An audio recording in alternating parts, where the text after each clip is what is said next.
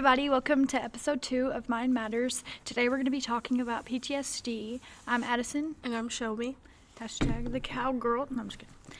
If you didn't know, PTSD stands for post-traumatic stress disorder.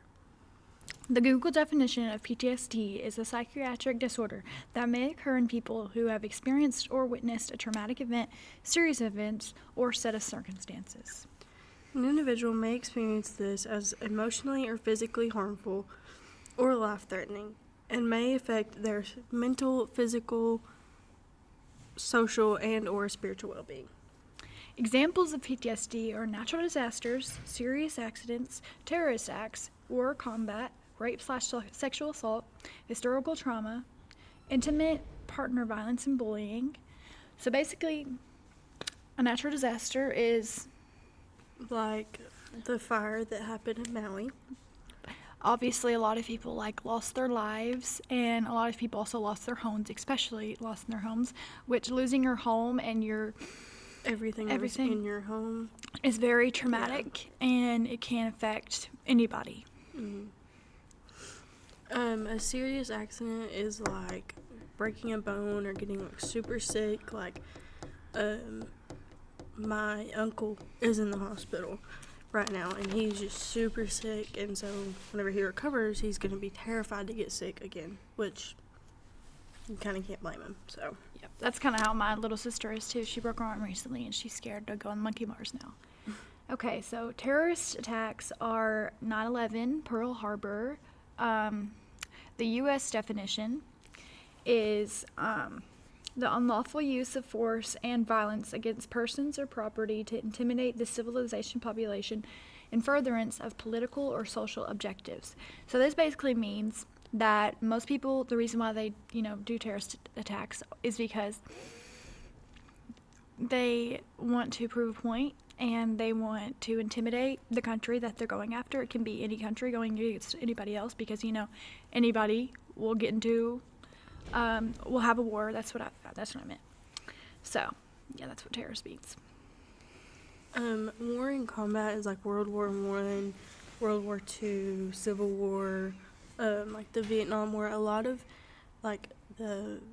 any of the soldiers from those wars or any other war have PTSD super bad. From the violence. Yeah, and loud noises, just kind of set them off. And the serious accidents that can, like we said, that can cause PTSD, which violence is also, it's basically it's like punching somebody, Yeah. Something like that. If you've ever been punched, then whenever somebody raises their hand or something super quick, it could scare or you. that's also people raising their voice, that can sometimes affect people. Yeah. For me, it does, because my biological dad liked to scream a whole lot. Not to me, but to my stepmom. And it kind of did cause PTSD. So now every time a boy screams at me, or a man, that's what I mean, a man screams at me, I will start crying. So I don't care if they scream at me, but men, oh my gosh, I will have a breakdown. Yeah. But yeah. Women are 2 times as likely to suffer from PTSD, just because, not biologically or whatever, it's because the situations that we put ourselves in or that we get put into, then we're just more likely to suffer from it. Yep. Those who have PTSD are more common to suffer from depression or substance abuse. A lot of people will try to cover up their PTSD, obviously, by drugs or alcohol. And, the reason why they do substance abuse is because of the fact that they feel like they want to feel something other than have to worry or think about what happened. It's an escape. Yep. But really, it just hurts you more in the end. Yes, it hurts you worse. And then depression, obviously, people just find themselves always in that situation and always just thinking about it and, suffering from it. Yeah. Some positive news is, after 24 months of trauma treatment, 20% of survivors recover from their trauma. There's only a certain amount that actually fully recover, and they're never really fully recovered. No. They just kind of learn to deal with it. and live with it. Yeah, it's easier for them, and they don't suffer from like anxiety because of it or depression. They kind of get through it and are calmer in those situations, and that's a big plus as to what hope there is at the end. Because after seeing that after 24 months of trauma treatment, 20%. I think it's actually 50% on Google. I'm pretty sure it said 50%. I think it was 50%. No, it wasn't. It was 73, I think. 73%. So 73% like survivors are more likely to recover. I would And say the rest of it, they just see an improvement. yes. I would say I've gotten better about my trauma because I have plenty other things that I could say. Not anything that I really want to say, but there's a whole bunch of other things that I could say that I talked to my therapist alone about that I've suffered from, like trauma.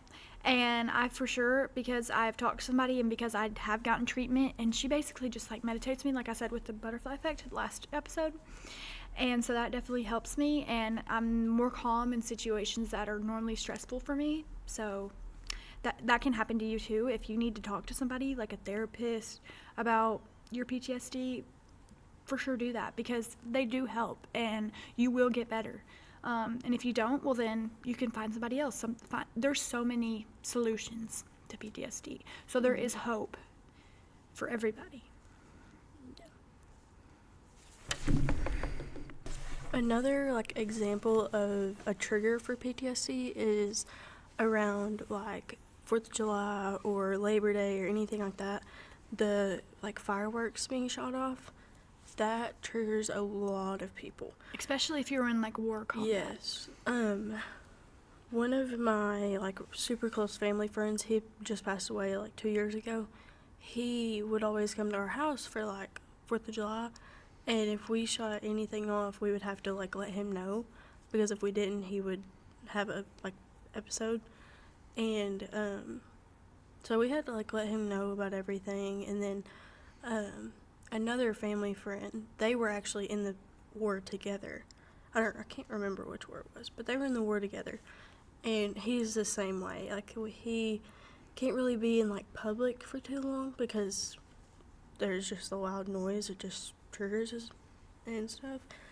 And so, but he is getting better with his. I remember whenever I was little, he used to be really bad about it, but he's getting better with it. I think that his wife is an RN, so she kind of deals with more of that, like seeing people who are ill. Yeah, and so she doesn't really understand. She understands that she just really doesn't know how to help him, but the like therapist at their hospital, she comes down and like talks to him all the time and stuff. So yeah. So that just kind of goes to show that like there is hope, and like even if you're not like even if you think that you're not gonna get over it, you can learn to live with it. And like there's so many different methods on how to help yourself or go get help or anyways, anything like that, honestly. I think that's it for everybody. Sorry for the loud noise in the background. There's plenty of people in here. It's a public place at school, so how fun is that? Anyways, that's a wrap. If you do need to talk to anybody, please feel free to. You do have somebody. There is hope. And like I said, and if you go to our school, PHS, you should for sure text the counselor. We've talked to her, Miss Yawson. We've talked to her about the podcast, and she's listened to it, and she's just said, make sure they know, to contact us, to contact the counselors, because that's what they're for. That's the reason why they're there. So, yeah. Guys, bye.